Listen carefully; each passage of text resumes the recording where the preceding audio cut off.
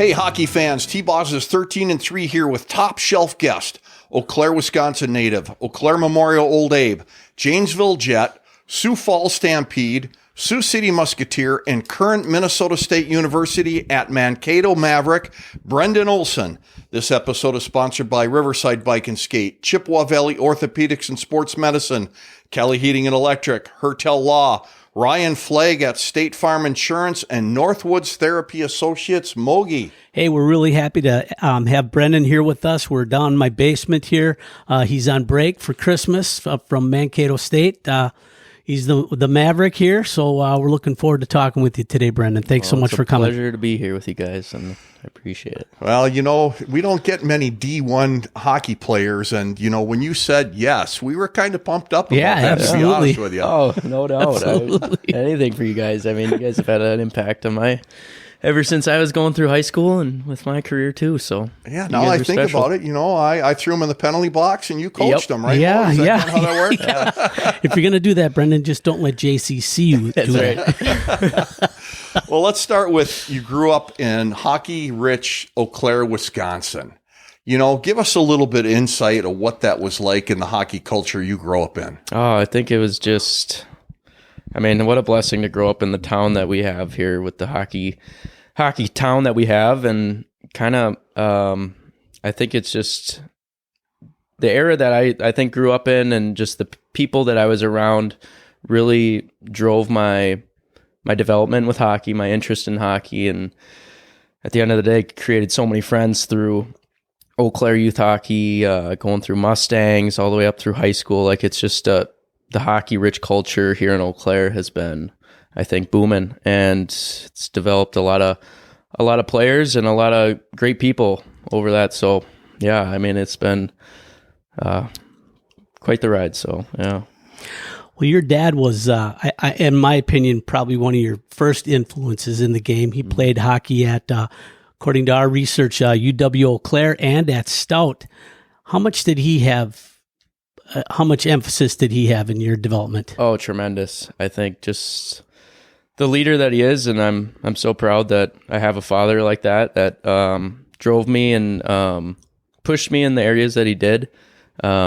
He knows what it takes to, I think, overcome a lot, and just being the kind of physical and mental side of him just is what he kind of brought out to me. And, you know, just seeing him as a dad that worked hard for everything really kind of drove my passion and love for the game of hockey, and being the physical game that it is, and the even mental side of it too. It was a challenge that I knew that he had in his life, and I wanted to incorporate that in mine. So that's just kind of why I was drawn to the game. So I don't know, but good. He gave a good impression. Evidently. Yeah. You know, we neglected to have your dad on an episode where we had a bunch of guys that had built outdoor rinks in the Eau Claire area. And apparently afterwards, we learned that your dad was the premier guy when it came to outdoor rinks. Can you give us a little bit of insight of what that looked like? You know, what the outdoor rink was at the Olson residence? Well, if you talk to him, the first rink that he put up, I think when I was, I don't know how old, I want to say almost three or four, he started our outdoor rink, and all we used for our boards was tree logs. We had a bunch of logs lined up all the way to the end, and so those were our boards. We didn't have any high risers or anything, but it was trees, and I think he put a tarp over it or something. But seeing pictures back to that, and it's funny because every single year he'd somehow add a little bit onto what he could do. And I think, I don't know, as I got older, he started making the rounder boards and the corners to round them out. And I don't know, he's just being the carpenter and the guy that he is with building stuff. He'll go all out if it was for making his kids the best hockey rink. So that was a blessing just to have that and have it right in my backyard since I was 3 years old or something, skating. So I think he even maybe flooded at one time. It wrapped around this tree in our backyard. So it was just a puddle of ice is really what it started as. So I don't know. But So a rink rat ever since? yeah, I'd have to say a rink rat ever since. I think from a young age, just loved skating. I think that was the biggest part. I know my dad was a good skater when he played, but I don't know, we loved to skate, and he would bring me to open hockey. I don't think they do it anymore, but like even when they had like open hockey where everyone just take laps around the rink, and that's what it was, he'd bring me out there and we'd just rip laps around the rink, and so I don't know, I just kind of developed my love for the game that way. But well, I got to tell you, when you're talking about ripping laps around the rink, that reminds me of when Mogi and I play old man hockey with him. He gets the puck, and that's exactly what he does. He just goes 100 miles an hour in circles. It doesn't seem like he goes anywhere. But obviously, you learn to actually go to the net, or protect the net, or whatever it was. And I'm not sure you learned that from your dad, but at least you were able to wind it up and figure out you were going someplace, right? Yeah, it's funny. I think when I was little too, I mean, I'm kind of the same way. I'm not going to dangle anyone. All I could do is skate around them. But I think when I was little, it's funny. The joke was that I think I was a mite or something. We'd have the puck in our O zone. I would take the puck, and instead of keeping it in the O zone, I would bring it all the way back to our D zone and start gathering some speed around our net.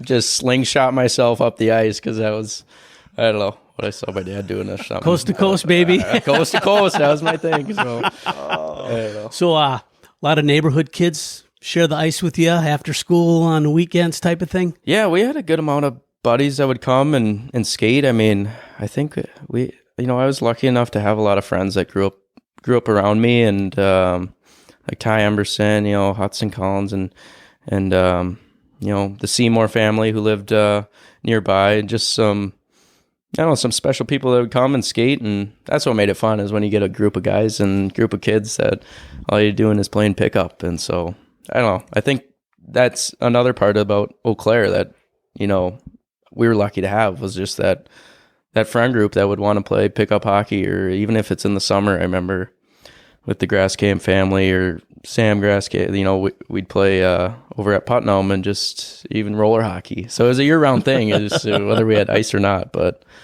yeah. You came up through the ranks, youth ranks in Eau Claire, and as a bantam, you made the Bantam A team and eventually won the state championship. Was that a pretty cool moment, or was that kind of a defining moment in your youth sports? Yeah, I think so. And I think it was just such a kind of that first accomplishment that, we had as bantams, as younger players. And especially that was such a special year too.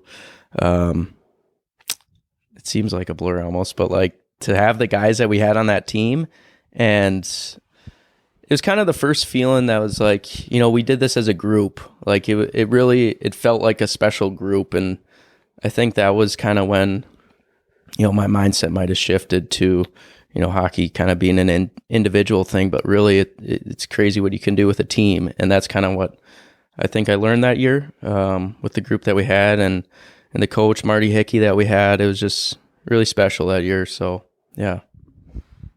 Any exploits you can share with us throughout the year? Anybody who was the crazy man on the team? Who was the serious guy on the team? Yeah.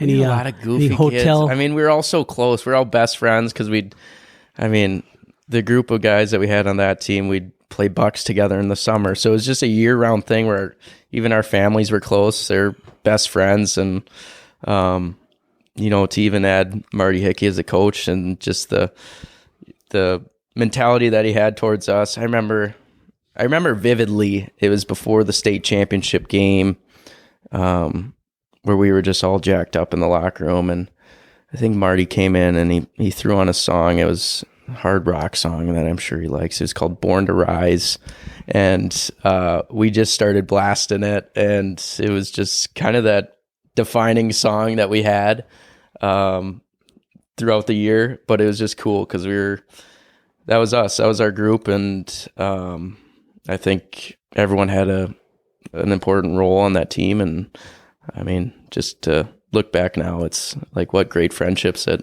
I still have today with those guys. So, Well, your accolades didn't stop there as far as your teams that you played on. Junior year in high school, Eau Claire Memorial, you guys make it to the state finals. Mm-hmm. You know, were a lot of the guys that played Bantams with you also on that high school team? Yeah. Yeah, guys like, Josh Berg. I don't think Ty was there my junior year. I think he was gone. But yeah, Hudson Collins, Ben Zacco, who was one of my line mates all through youth hockey, and just Slender Ben that I played with. It just like, I don't know, just guys I think back and it's like, yeah, that going to state, it definitely was different as you go into the high school ranks, and everyone looks forward to playing at the Coliseum and down in Madison, and I don't know, that was just always so cool and so special, even though it's not like the Minnesota one at the XL.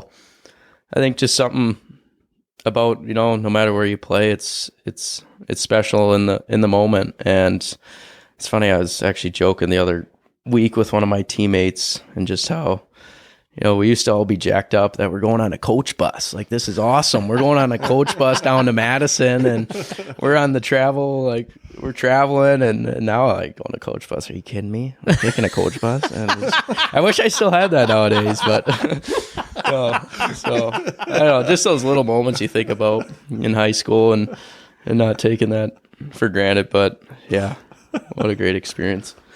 So you mentioned Marty Hickey. Were there any other youth coaches you had that were a big influence on you, Brenden? Yeah, I think just through like Matt Lone, a lot of those blue gold guys that, I think our D3 team really had an impact on and still does, I think, with the younger kids here in Eau Claire, and just the camps that they would put on, and even Bucks hockey, and just all those summer things, I think was really important for kids to stay in the game if they wanted to. And I think that was just, there's so many people in Eau Claire, I think I could name, and including you guys. That's just like, it was a culture that was created through just the town of Eau Claire. And but yeah. When you look back after your junior year, you decided to make a jump to the juniors. What was the deciding factor? I think that I wanted that challenge. I thought I knew I was ready, and even whether or not what would another year here at high school, where would I most benefit? And at the same time, I think a lot of the kids that I did play, youth hockey with, and Bantams, and guys like Zacco, Collins, and Emerson, and those guys were a grade ahead of me always, and I was kind of the weird birth year where I was playing up with them always, and so in a weird way I was kind of friends with a lot of the kids in the grade above me, and so not that I didn't have any friends in my grade, but I don't know.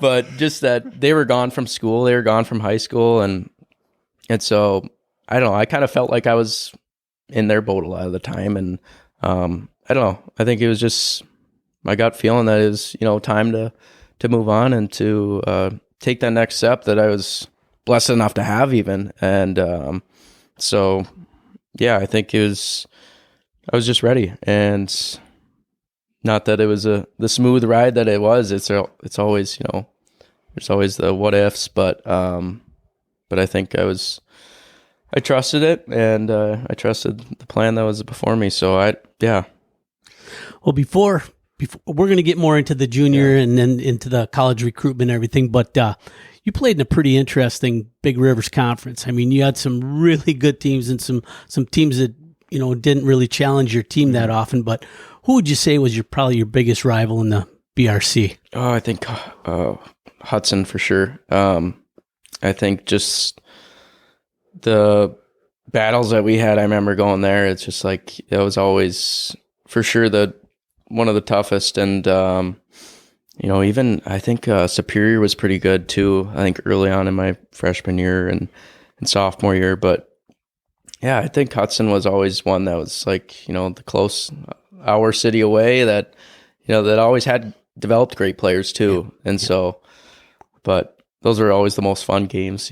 Sometimes you enjoy it a little more when it's a tighter game than if you're playing a team that it's 12-1 or Right. point night for everyone. But yeah. How about the inner city battles?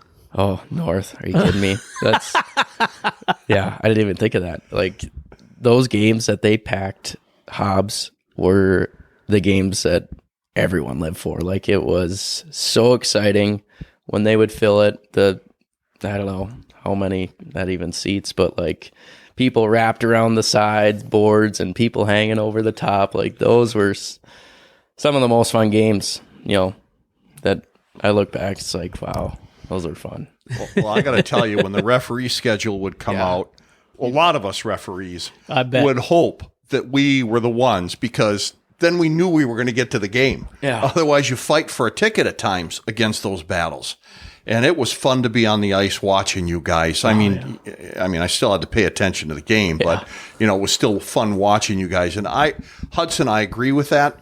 But boy, that inner city rivalry between you and North was a fun battle. 100%. Each time. That's I'm surprised I didn't even say that at first, but might be a lot. Were you drafted into juniors before you went? Yeah, so I was my junior year. I think after that, I was drafted in the USHL to actually Des Moines Buccaneers at first. And so this was after my junior year, after I decided to leave. And actually, I don't think I decided yet. I went to Des Moines main camp, and it was kind of just a process. All right, they drafted me. This is my first kind of main camp with the USHL team. And I think I had an awful main camp, to be honest with you. Like nothing was going my way. But I remember meeting with the coach after, and he said, "Yeah, we don't see a spot for you." And so then it kind of went home, and I was like, "Well, I'm still planning on leaving this year." And so then earlier that season, I actually tendered with the Null team, Janesville Jets, and so that was kind of plan B that I would do. And so I went to Janesville's main camp that summer after Des Moines, and I actually went there, drove down with Jordan Steinmetz, who I'm sure we'll talk about later, but we went to that main camp together, and I played on Steinel's line, and I just remember we tore it up, and we had a great camp, and we had fun, and the small little dinky rink that Janesville had, it was still like, we were excited. It was just like, we were excited for what was next, and whether we were there or not, we didn't know yet. But I don't know, it's kind of just that first glimpse into junior hockey is going to those main camps, and kind of an eye opener too, because you just come from high school and now you're at a main camp and two guys are fighting right in front of your bench. Like this is real now. All right. And so, yeah, I think that was just an exciting summer, because it's like you're looking forward to, that next step. And so, yeah. So you ended up in Sioux Falls then with the Stampede. Yep. And so I ended up, I was thinking I was going to Janesville, because I was obviously cut from Des Moines. I was thinking, all right, well, USHL is going to have to wait a little bit. I don't think I have that opportunity yet, until I got a call right before the season was about to, start and stuff. I get a call from Scotty Owens, who was the Stampede coach at the time, and said that they picked me up. And I was like, oh, well, great. Because I went to their camp earlier before and for a little bit, and I'm sure they saw me a little bit. And so he called me and said that they wanted me, and I was like, all right, like, this is awesome. And Sioux Falls was, a place that everyone wanted to go to, because it's a great town, and, super exciting, like, stadium that they have that seats 10,000 people, which is just crazy. So I was like, wow, I'm going to Sioux Falls. This is great. And so I get that call, just ecstatic.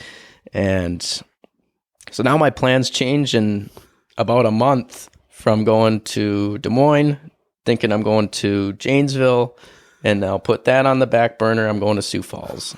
And so that was Revolving Not a straight line, huh? no, not at all, not at all.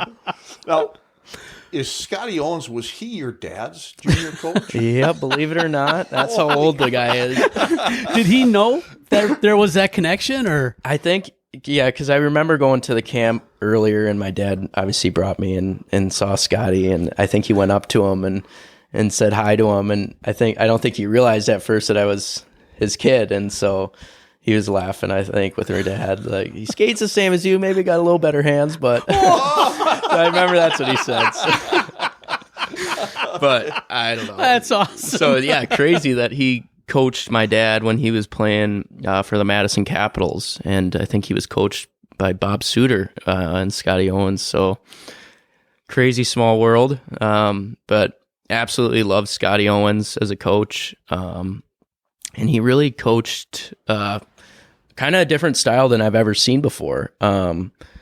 He really knows how to manage a team, and it's kind of funny because he would kind of let the assistants really run show and practice and do the drills, and Scotty would actually come out in practice, and I want to say like 80% of the time he'd grab his stick and just take a seat right on the bench, and he'd watch practice from start to finish, wouldn't really say a word, but let the assistants run it, and he'd just watch. And so that was kind of interesting at first, but he was great with calling guys in every day and checking in and giving people advice. And he was just a really relational guy that was great to have. And he was going to be black and white with it when he needed to be black and white. And so, yeah.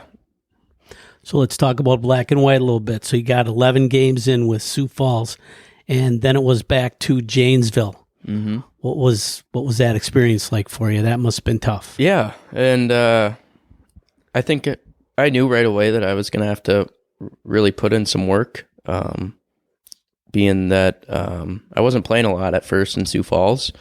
I was getting 13th forward minutes, and it just really, I needed more. And especially at that point in my junior career, I knew I needed to be playing more. And it is really hard when you're not getting those minutes that you want. And so I had an honest conversation with Scotty, and we both agreed that it would just be best for me to go down to Janesville after I got 11 games, which those 11 games they needed in order to protect my rights, because if I didn't get 11 games, then they would have to either release me or trade me. And so Scotty wanted those 11 games, which I was happy about, because he knew he wanted me there and he wanted to protect me. So I was happy about that, and also happy that I was going to go get some more minutes down in Janesville, and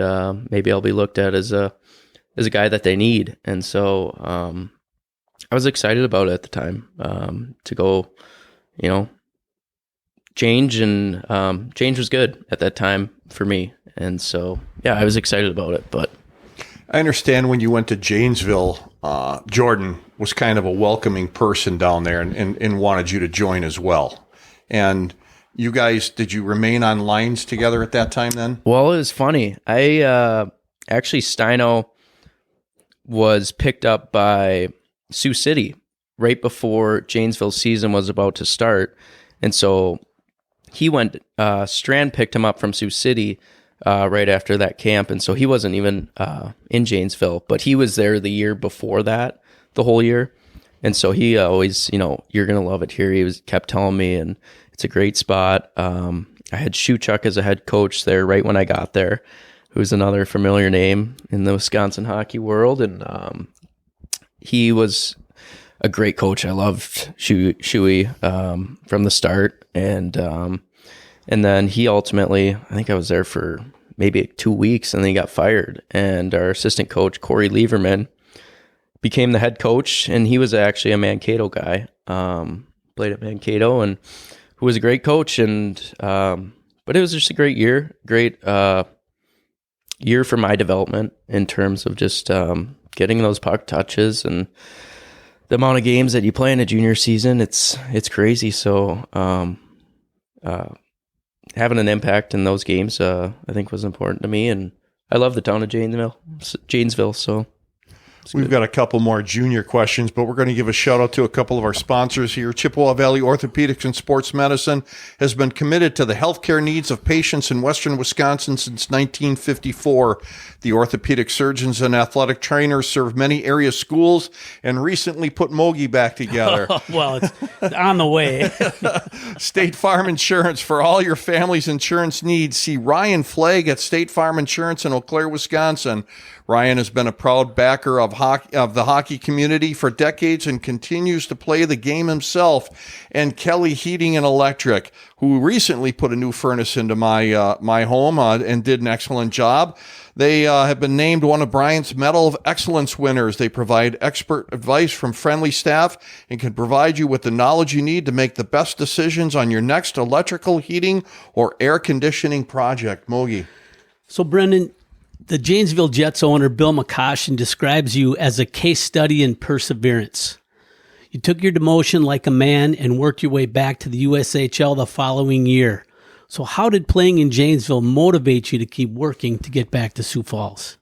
I think it was just, I knew it was going to be a process, and I knew juniors was like that.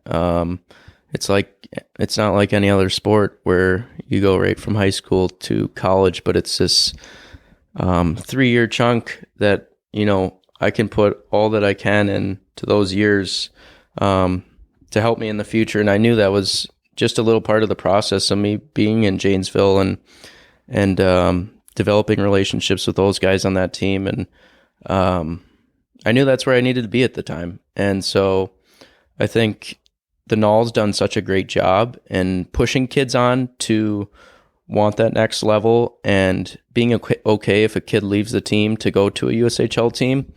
And I thought Janesville did a great job at that too, is, pushing their players to not be satisfied where they're at and to always strive for greatness and for more. And I think that, but just taking it day by day too, because I didn't even know I was going to be going back to Sioux Falls until I was in Janesville, and we were, I think, in playoffs. We didn't make it too far in playoffs, and our season ended in Janesville.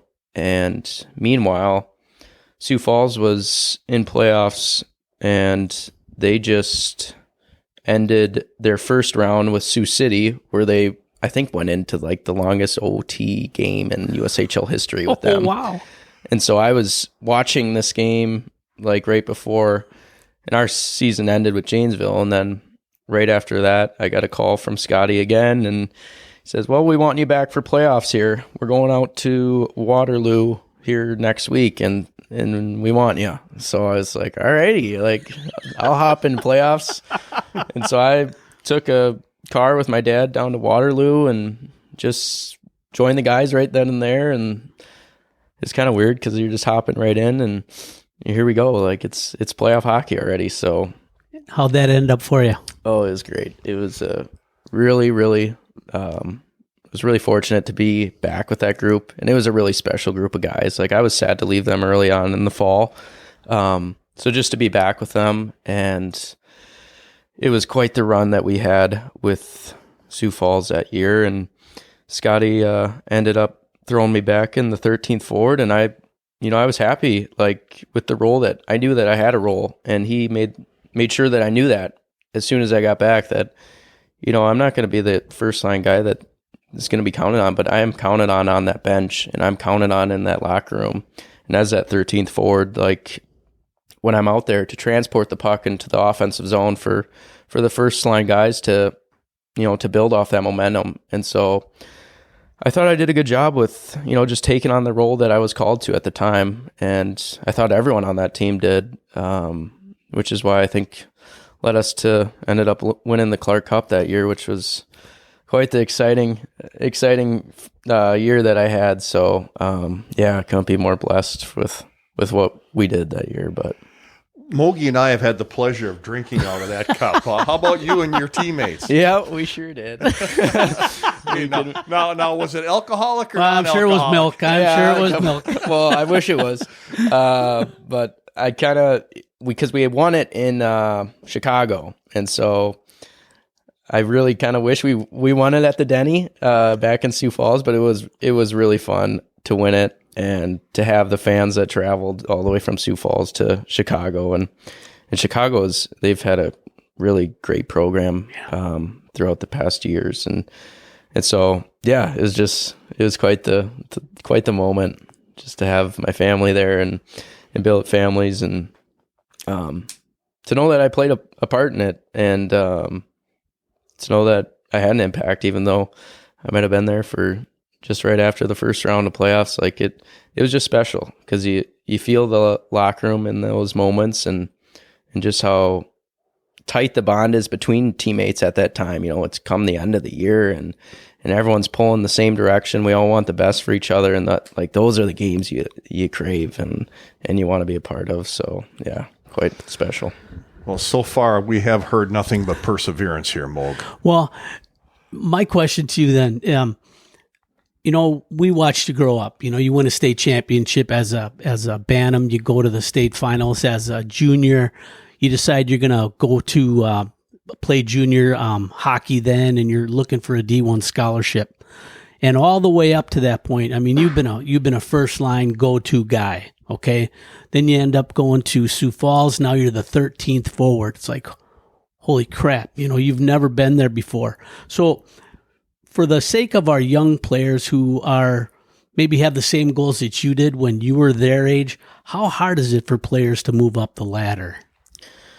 Yeah, I mean, it's harder every single level you get to. But I will say, if you truly, truly love the game, you're going to find a way to get to that level. And despite the, all the excuses I can make for what happened or what a coach said or what a coach did, or at the end of the day, I think what's driven me is just my love for the game. Like we talked about, skating out. I was 3 years old on the outdoor rink, and it's just that mindset that I've tried to continue to have, and just to play the game with joy, because at the end of the day, it is a game, and we're all fighting for the same thing. We all want more. And as you go up the ladder, as you get more minutes, there's always something more you could want. But I think just persevering in your hard work and knowing that it's gonna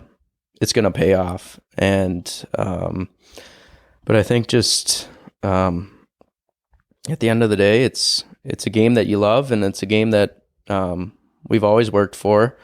And I think just that perseverance part with the mental part, because that's the biggest thing. It's not so much a physical, because it's when things aren't going your way, it's how you handle it mentally. And so you finished your career in Sioux City, and we're going to talk about that coach in a second. But when you went to Sioux City, is it true that you were traded for Sam Stang? Yep. All right, so we got a little more than that, but all right, former T-Boz guest and current Wisconsin Badger and former Eau Claire North rival, right? Yep. So you was it because obviously they wanted you and Sam was no longer viable for them? I mean, you can you can ride Sam all you want right now. We don't care. It was a weird trade because as much as I was traded, part of that trade, it was weird because it happened right before playoffs was about to start, and we got Stang and another Wisconsin kid, Ian Malcolmson. They were both coming to Sioux Falls in exchange for two guys on our team that went to Sioux City. But I wasn't. I was still in Sioux Falls at this time, so I was excited. I was like, all right, we're getting Stanger here. Like, I've never, played with him on a team, and here we are. He's joining our team. Like, our team was we were almost in a way making a run for the playoffs, and so it was an exciting time, but unfortunately, here comes COVID, and that ended the year, which was a bummer. And So, yeah, I think Stang, he might have even, I don't even think he played in the Denny one home game, which was a bummer because we played on the road, and then COVID kind of threw everything in the blender. And so our season ended, and right after that, I get a call from Scotty again saying that, first off, that he was going to be done. He was going to retire.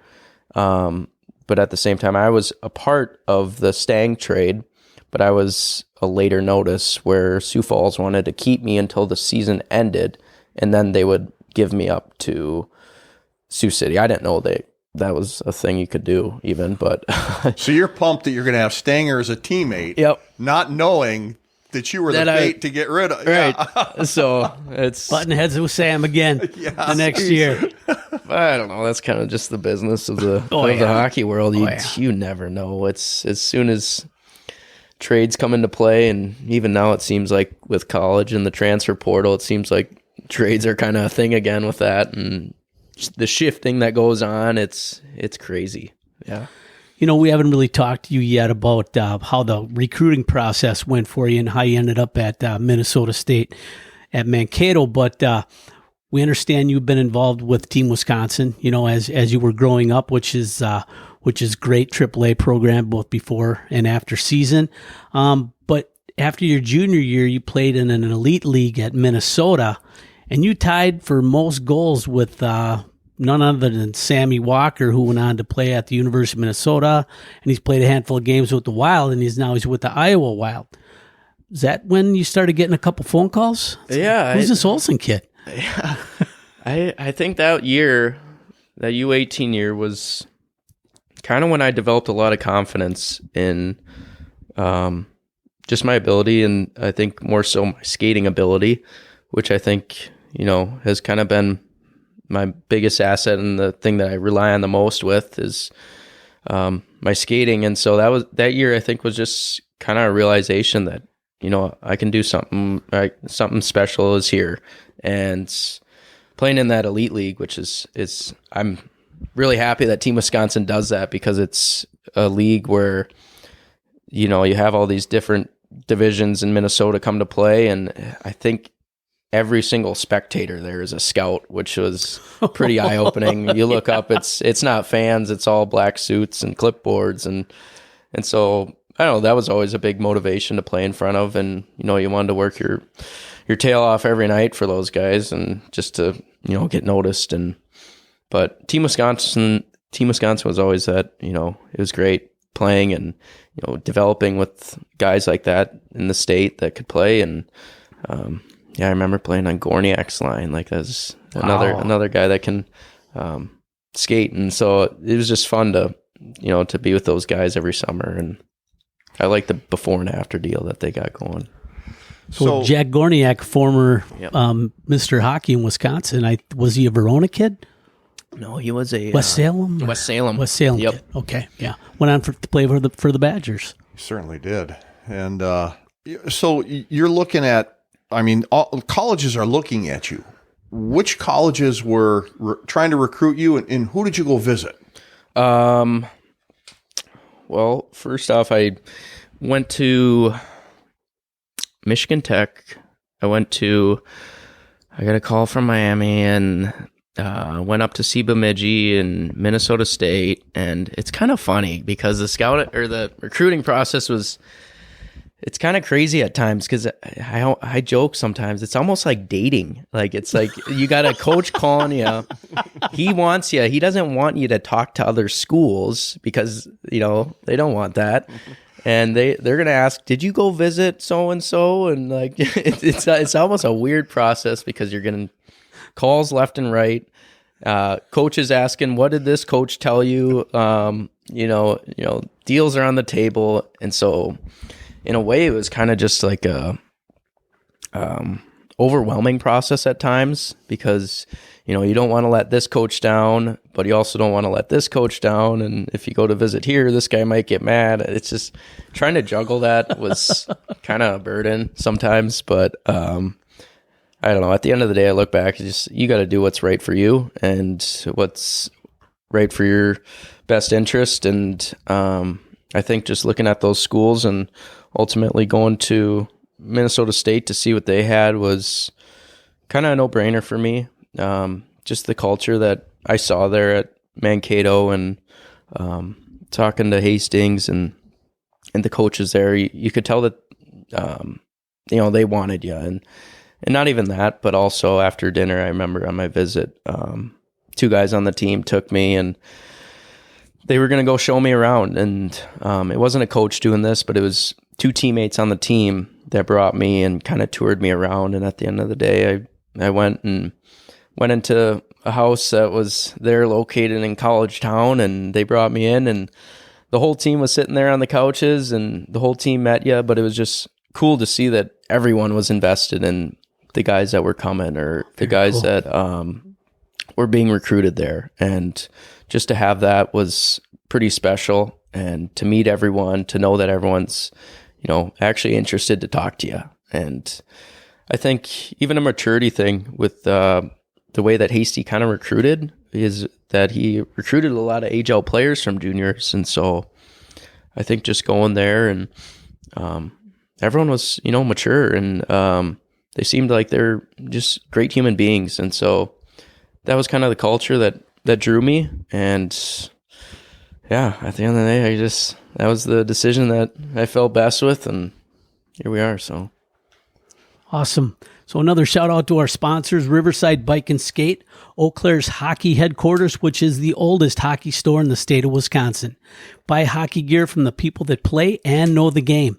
And don't forget about their bicycle sales and service, as well as your paddle sports center for canoes and kayaks. And Hertel Law, the law firm you want on your side, focusing on criminal defense and personal injury. Harry Hertel has been obtaining results for clients in the Chippewa Valley since 1981. When you need legal help, if injured or accused of a crime, call 715-832-4330 for a free in-person consultation. And Northwoods Therapy, they take pride in being your choice for physical therapy in the Chippewa Valley since 1981. Northwoods Physical Therapy is a clinic where you can receive the care you deserve and are treated like family. JC. We're going to get to your college career here in a second, but let's talk about the fact that the junior teams that you played for realized a leadership style in you, and you wore a captain's letter or an assistant captain's letter for 2 of your junior teams. How was that chosen, and what's your leadership style like? I think it's definitely developed through those years of juniors.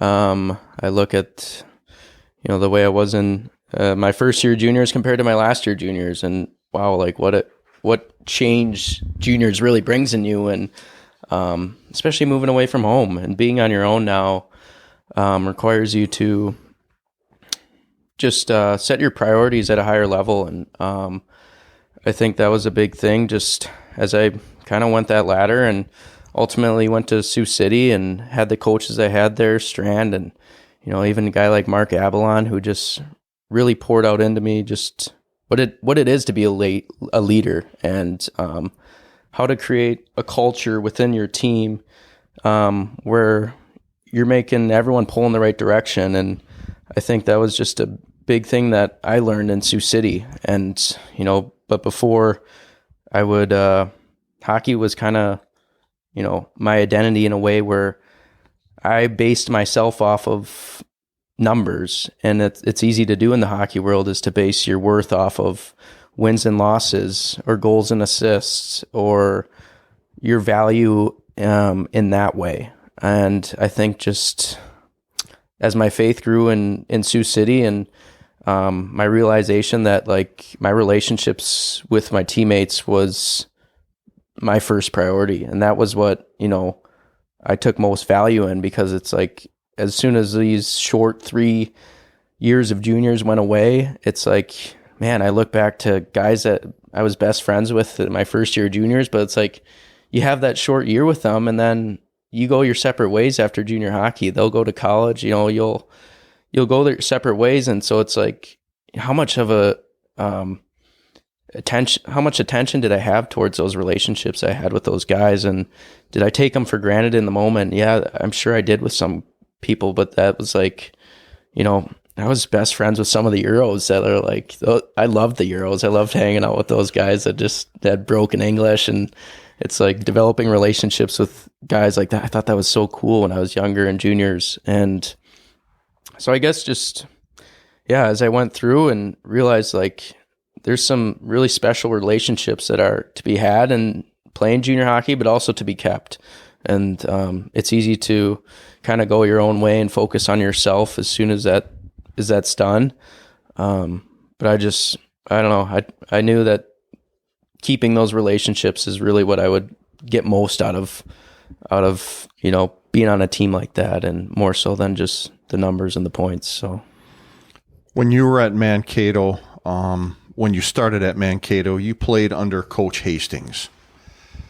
Give us a little insight of what he was like as a coach, and were you happy once you were on the ice with him that you did in fact pick Mankato? Yeah, I think it was the standard that Hasty held was very high, and I knew that going into it. I knew the reputation that he had as a coach and the track record that he had with how good his teams have been.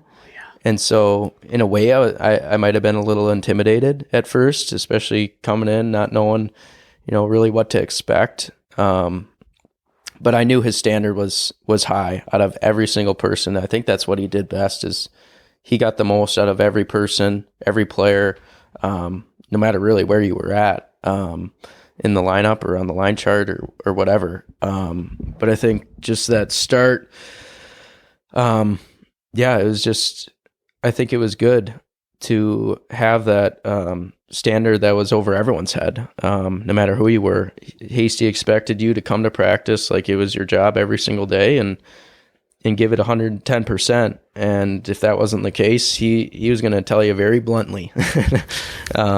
So yeah, I think just the standard that he held was unbelievable. And I think I've never really experienced anything like that before, where it was, I knew it wasn't going to be easy. And especially coming in as a freshman, maybe not, getting any playing time, which I didn't. And like the process that we talked about, but it was just that single, what he really taught me was you got to take every single day by day. You can't focus on the outcome that's to come 5 games from now or even this coming weekend. Like, it's a daily present moment thing that if you go out to practice today and, work your tail off, it's going to set you up for success tomorrow. And so it's just, I don't know, trusting those building blocks to, ultimately have an effect later on. So he was a great coach, he had high convictions on everything he did. And so to step into that was pretty important for me. So speaking of your start of your career down there at Mankato, you had a kind of a slow start, as you mentioned, your college career. You played in a handful of games the first couple of years. Now, you know as well as I do that many players would have quit or transferred if this had happened to them. But you kept grinding, and now you skate a regular shift. Where does that drive come from? I think it's just knowing that the dots are gonna connect later, and but knowing that even though you're not playing those games, I think I was developing my perseverance in so many ways, and just as much as I wanted to be out there, it's I think I've seen some of the most growth in my mental strength and everything, just because when you're up in the stands and you're watching your teammates go to battle, who you work your tail off with every single week, you want to go to battle with your brothers every weekend. But hockey is the one sport where, unlike any sport, where you have guys that sit up in the stands with their suits on. And so I think as much as I wanted to feel like, okay, I'm not a part of this, I really tried to stay disciplined my mind that I am a big part of this team. And where's my impact going to be if it's not going to be out on that sheet? And I can't control that if it is or not. But what I can control is, the kind of person I'm going to be in that locker room come the end of the game when say the team wins, am I going to be right there alongside everyone else hooting and hollering, or am I going to be the one sulking in the corner? I have a decision to make. And so I think you see that with a lot of kids that, how am I going to, be to my teammates? And I think that's the biggest strength that I've developed through that, because now here I am this year. I am playing a regular shift, but it's easy to not understand what the guys are. For some guys, it's easy to, look over the guys that are sitting in the stands. But for me, I was there. I was in their shoes. And so I know what they're going through, what they're thinking, and, the mental battle that can be. And so I think going through that myself sets me up to, be there for those guys and to encourage them and to, tell them that this isn't the end. That, like, you got a lot to work for and a lot to look forward to. So, holy shit, is that a sign of maturity? Unbelievable. So as that was going on freshman year, sophomore year, I got to believe you, but you were talking with Coach Hastings. Okay. Was there, and if you're okay to share this or not, if you're not comfortable, we get it. Was there something that he was looking for that you weren't bringing then, Brenden, or to the level that he needed you to bring it? And how then did you persevere and get to the level that it needed to be? Yeah, and I think I wouldn't say that I had many conversations with him, because he knew what I could do. He knew what I brought. But at the end of the day, he was going to throw his cards out there that he thought was best to win the game. And as much as I wanted to say, well, what's going on? You should throw my card in. Where's my number at in this? Like, I know I can bring it. And then that was I think that's a big part of the mental battle is, knowing that you still have value, even if you're not out there, because it's easy to say, well, I'm not being thrown out there. I'm no good. Like, this is it. Like, they don't need me. But really, I think just the conversations that I did have with him, it was, he made sure that I knew that they do need me, and they need me to be that guy that's pushing guys in practice. And as hard as that is to hear, he was going to be black and white with me, and he was going to make the decision at the end of the day that I couldn't control. And I think that was just working through that process. Well, you know what kind of coach he is, because he's had multiple winning seasons at Mankato.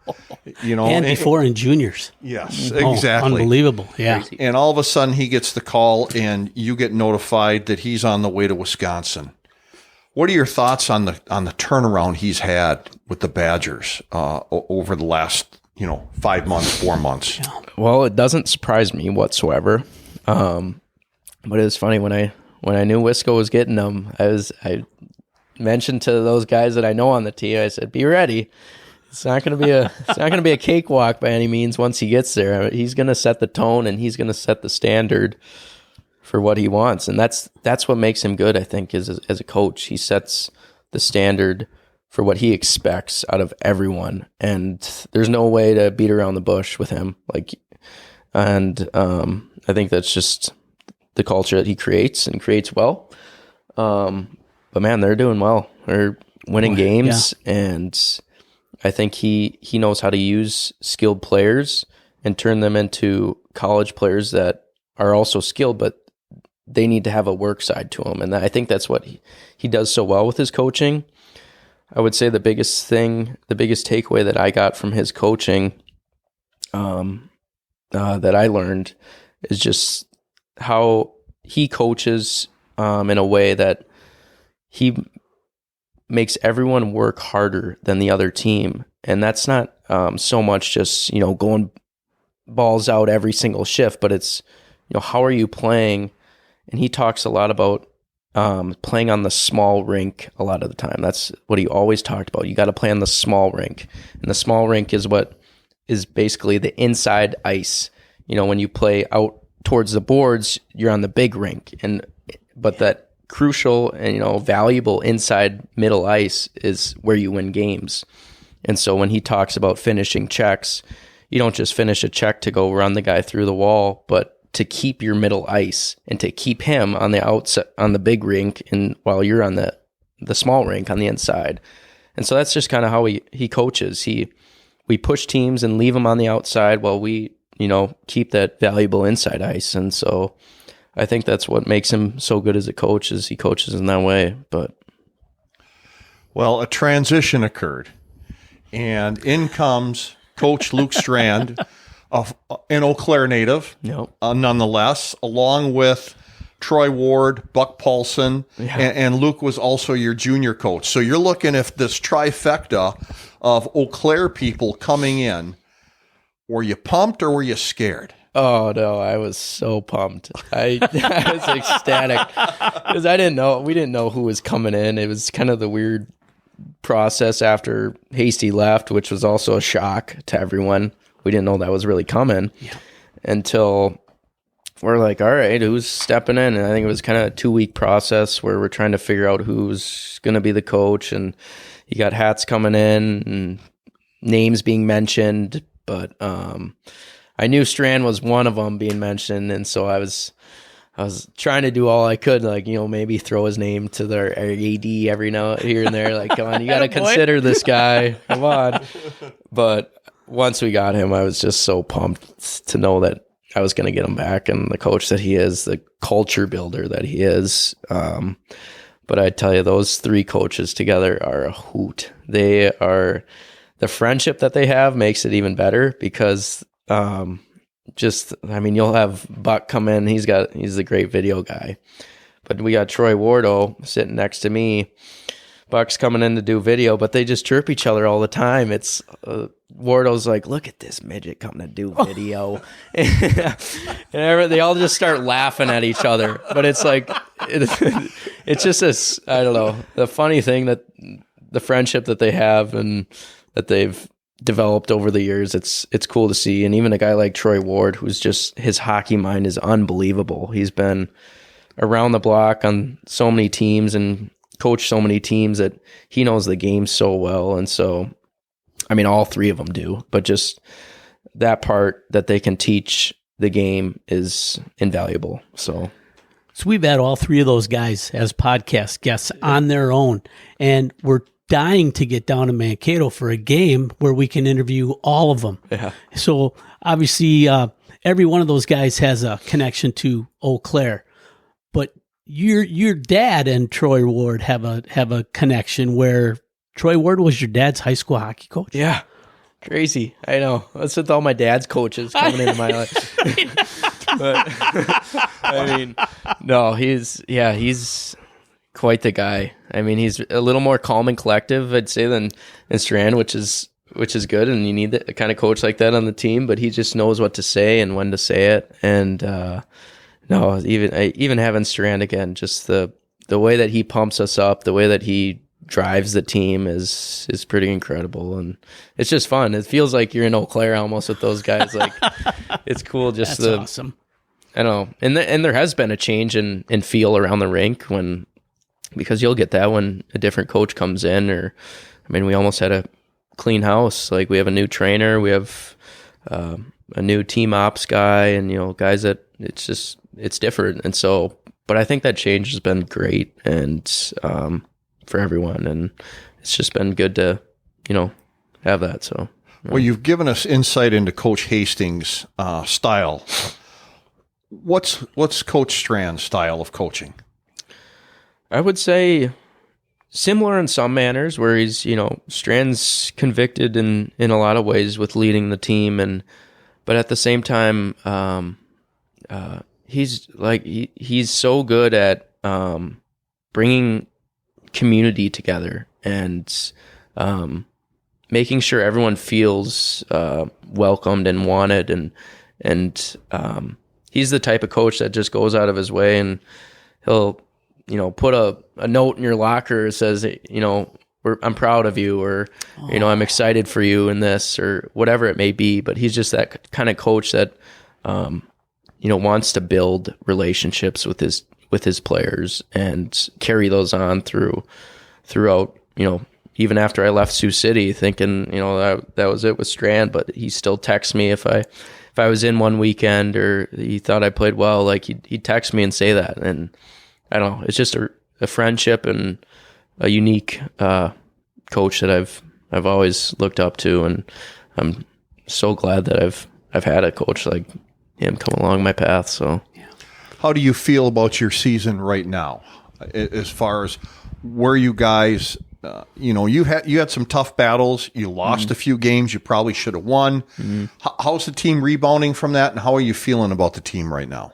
I think we have a great team. We have a very close team this year, which is kind of unexpected, knowing that half our team was going to be transfers this year, and so we had a completely different team with so many new guys coming in, but yet some guys that stayed. But I think we've done a great job. I think this first half, just learning,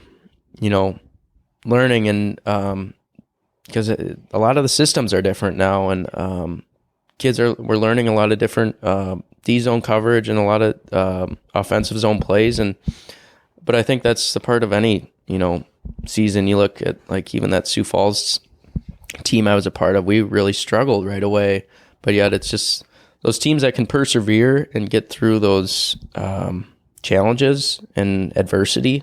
I think that's where our biggest worth will be found in, how do we respond to adversity? And but I thought our whole conference, the start of the season, has been really tight. It seems like everyone in our conference, CCHA, has been pretty close in points. And so, you even got St. Thomas now. They're 1 right now. Unfortunately, if we would have, I think, gotten that win against them at the end of our last weekend, we would have been 1. So it's just it comes down to those one single games that count. And that's the thing about college hockey. Every game is so important. It's not like juniors where, you got 80 games you could play, but every single game counts in college hockey. And so that's just the demand that I think our team's starting to learn, is that we need to be ready to go every night. And I don't think we've done the greatest job at protecting our house like we have done in years past, because Mankato is a hard place to play for, I think, teams to come into. But I think there's a lot to build, I think, for the second half for sure. It's interesting you say that, you brand new coaching staff, operations, strength and conditioning, and a whole slew of new players. But you made it through that first half, and you're sitting pretty. Let's face it. It's like, okay, a lot of those other teams didn't have that type of disruption that you guys had. So now you've got this figured out. I'd be afraid to play Mankato the second half of the season, just so you know. But one of your transfers who came in is your old buddy, Jordan Steinmetz, comes in from Chippewa Falls, from St. Lawrence. What's it been like to play with him finally? Yeah, finally, like you say. It's funny because it seems like I've followed him along, all juniors. We went to main camp together, but then he left and then went to Sioux City.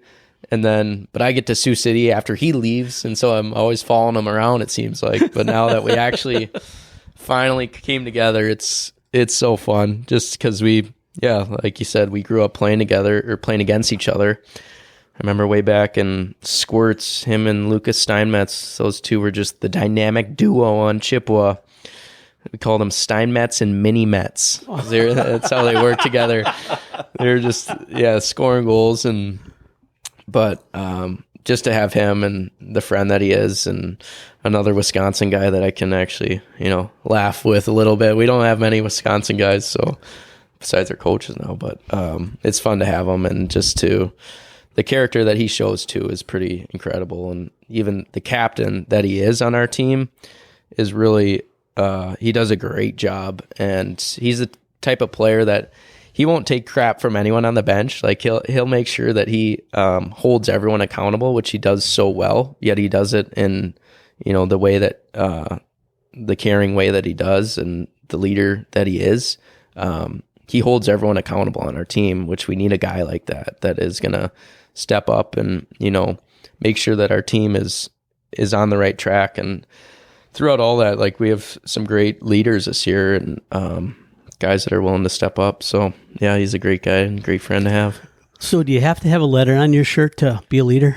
No, you don't have to, Mogs, but I think everyone, that's what we talk about every year when we do name the captains, that these are letters, but like everyone here has to lead, and that we're only strong as our weakest link. And so I think that's a big part of, our team, and that we have guys that can lead, and even like freshmen that can lead too. That's just, we all got to be pulling the same direction, and that's what it comes down to at the end of the season when things get tight. It's about, how really tight are we as a team. So, but that's well said, especially for the young kids that are listening right now. Absolutely, Just because man. you're not wearing that C doesn't mean you have to show responsibility and leadership in the locker room. Absolutely. We have been going almost an hour, and we have not told our listeners, what position do you play and how did you choose that position? Well, I'm back at forward. It's funny because last year I think it was our second practice. Well, it was after my freshman year. Long story short, Hasty told me that he didn't see a spot for me for my sophomore year, which was a little frustrating to hear. And he also mentioned we might have you playing D a little bit. And I kind of thought he was kidding. Like, come on, you're putting me at D, like whatever. So come the next year, it was our second practice. He blows the whistle. He's got a jersey hanging on the bench, and he says, "Oh, put this on. You're playing D now." It's like, what? Like, I'm playing D now. All right. And so at first I was just pissed. Like, are you kidding me? Like, he's throwing me at D.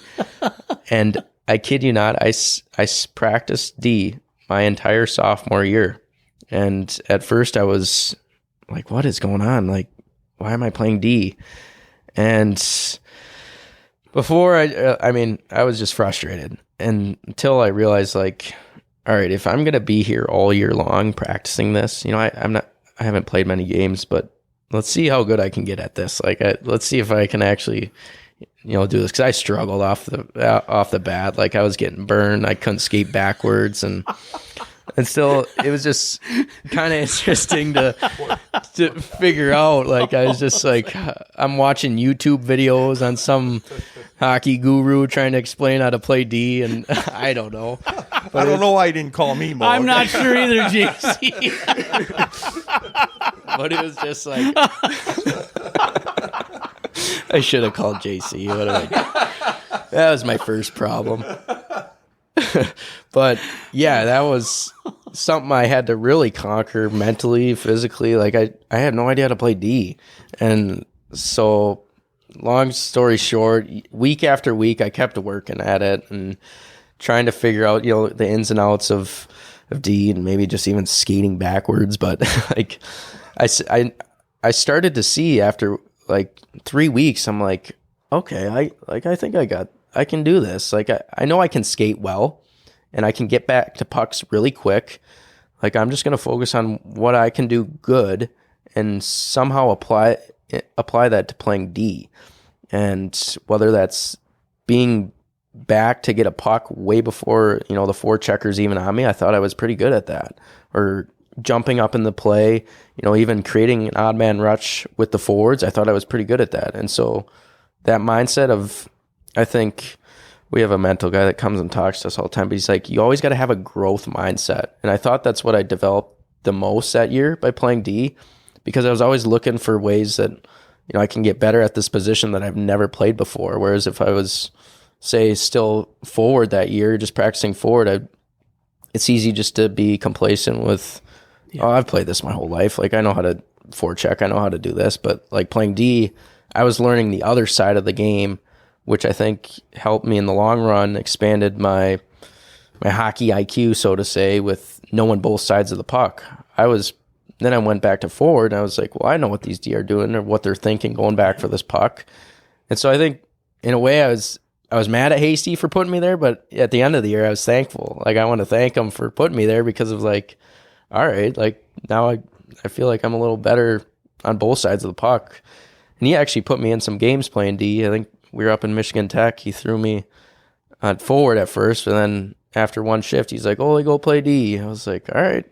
So it's just kind of like, guys were calling me the Swiss Army knife. So That's awesome. I was like, all That's right, a compliment. yeah, I'll take it. Absolutely. But, no, it was fun. And until the end of the year, I was like, you know what? I kind of like D more than forward now. which is funny. I told Strand I was going to be a defenseman when he got here, and I think he kind of laughed at first that he's like, "You're not playing D. What are you talking about?" It's like, "No, I'm serious. Let me show you. Like, I can do this." And then, I mean, he ultimately put me back at forward, but I think just that year of learning D, and I think it helped me a lot in the long run. So That's cool. Growth mindset. I like that. Yeah. Well, what a story. What a great story. But, you know, carousel there. yeah. but think about that, you know? He's been playing hockey his whole life, and he really didn't know what the defenseman did because he never played it. It's like, Right. why wouldn't coaches do that? You know, they do it for little kids, but why wouldn't they do it throughout as the kids grow? You know, just because I've Valid been a point. forward my whole life doesn't mean Right. that's where you have to be. You know, you could be a great defenseman. Yeah. I think you see that more and more that like even in the NHL, you see some teams that are like Mitch Marner went back and played D, I think one game or something the other, I don't know, a few weeks ago or something, but like you see it more and more where it's like, I think if I have a kid that plays, like I'll put him at forward until he's Pee Wee or Bantam, then put him at D. Like, I don't know. I think just learning both sides of the puck is so important for players and players to understand that, you know, what it takes. So, Wow. That's awesome. That is cool. Yeah. Let's talk about your conference, the CCHA. Ooh. What barn do you dislike going to the most? oof. Well, recently it was, I don't want to say Lake State, but I'm going to say Ferris State. That's a tough barn to go to, I will say. It's up middle of nowhere in Michigan, Big Rapids, I think Michigan. I don't know if I want to say it might be a little worse than an acrobatic rink. And it doesn't seat a whole lot. But it's a hard place to play. But they're pretty good at playing in there, so which they always give you a run for their money when you're there. So it's not easy, but I don't like playing at Ferris, which is especially you got a 12-hour bus ride right after the game all the way back. So that's one of those deals where you go, I got a ride on the coach bus? Yep, and you're getting back at 7 a.m. just tired. So a lot of your teams are in the UP. Yeah, So you have we a have lot of Northern, Tech, man, yeah. Lake State. Lake State, yeah, so those three. But Lake State, I like going up to Lake State. That's an old-time kind of barn that's just kind of all wood, and it's fun when you get in there, and the locker rooms are old. I don't know. Playing in a barn like that, it's just... Nostalgic. Yeah, Oh, there seriously. you go. Good word. Yeah. Yep. Anybody on the ice, one-on-one, battle in the corner that you can think of in your conference that you go, I do not want to go up against that jerk. Man. You know, whether he's dirty or big, whatever it might be. Oof. I'm trying to think. Who don't I like going up against? That's all right if you can't Maybe, think. yeah, I don't know. He doesn't want to say it. I can't think of anyone right now. Give that guy the leg That's up on because him. you always got, see that, Brendan's always got the leg up. There you go. Maybe the guy's thinking, I don't want to go against Brendan. I dominate in the corners, man. Ah, come on. But it's hard. I mean, I think just our conference in general is known as being, it's a meat and potatoes in the corners. Like it's hard hockey and it's tough hockey to play. And so that's another reason I think what kind of drew me to Mankato in this conference is just the way that the style that it is. It's not like a Big Ten that's so skilled, but it's kids that are skilled, but the work ethic is just through the roof, and kids work their tail off, and really doesn't matter who you're going against on the other team. I think you know that you're going to get everyone's hard work and determination in the corners. So, but Well, let's talk about that corner battle for a second. Your brother-in-law is a former European professional hockey player. he is. One-on-one in the corner. You and Charlie, who's got the upper hand? And for our listeners, we're talking about Charlie Grasscamp, who's also a former T-Boz guest. Absolutely. Well, JC, I wish you didn't say the corner, and I wish you said open ice, because I bet you I'd wheel right around him if I had open ice. but maybe in the corner, he might be able to dangle me a couple times. He's got some good hands. I'll give it to him. He does have some smooth mitts. He does, and he still does. I was playing beer league yesterday with him and all those guys at Wednesday night league? Yeah, out in Altoona. So it was fun being out there. I love going out there. That is fun. Yeah. Just, I don't know, old dad strength, right? But I don't know. He might have me in the corner. All right. What about on the golf course between you two guys? I see golf as one of your hobbies. Yeah, I like golf. I wouldn't say I'm insane at it or that great at it, but I bet you I can chip and putt better than Charlie. He can drive the ball pretty good, though. Well, you answered one of our questions, and that is, during your Christmas break here, you got some time off, and do you get any ice? Well, last night you skated, with your brother-in-law. Yeah. You got any other ice time that you're going to be able to skate? Yeah, actually, the VSA rink, they're pretty good at scheduling ice for guys that are home in the Christmas break, and which is a pretty cool complex that went up there, and with the 3-on-3 little studio rink that they got. I'll probably skate there a little bit, but I don't think I'll get out a whole lot.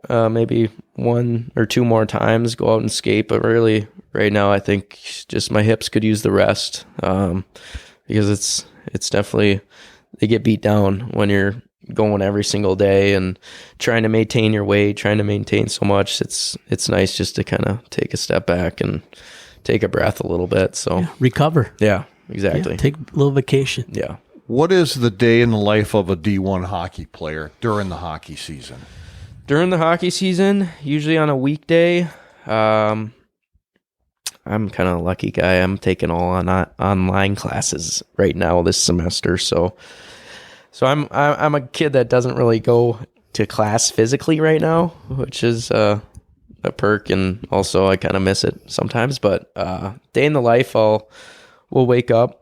Twice a week, we work out at 7:30 a.m. So get up at 6:30, head over to the rink. We got to work out together as a team, which is always a good time in the gym because everyone's trying to wake each other up and get each other going. So we'll have that, and then usually there's a skills ice right after that. So if guys want to hop out, shoot some pucks, or do whatever they want, just by themselves, they can go out and do that. And then after that, you kind of got a chunk of time until about 2 hours you have. So usually guys can either go up in our lounge and start doing some school or catching up on some work like that, or I tend to go home, make some breakfast, and then we're back at the rink in 2 hours.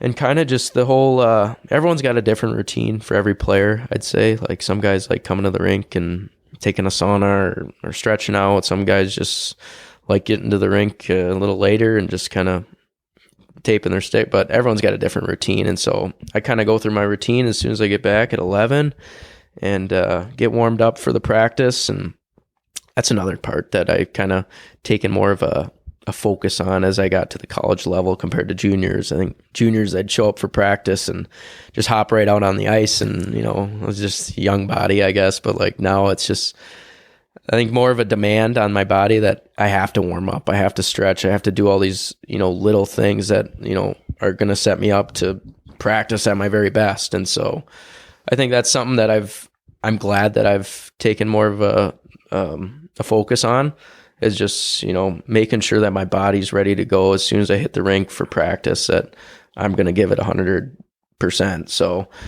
I'll just do these hip stretches and stuff that will warm me up that way. And we hop out on the rink at about 1 o'clock to 1:30 and practice for about hour and 15 minutes to an hour and a half. And then from there, we'll, guys kind of have the rest of the day themselves on a normal practice day. So we'll get more homework done at the rink. Guys like to hang out at the rink a lot, which is nice that we have the facility that we do.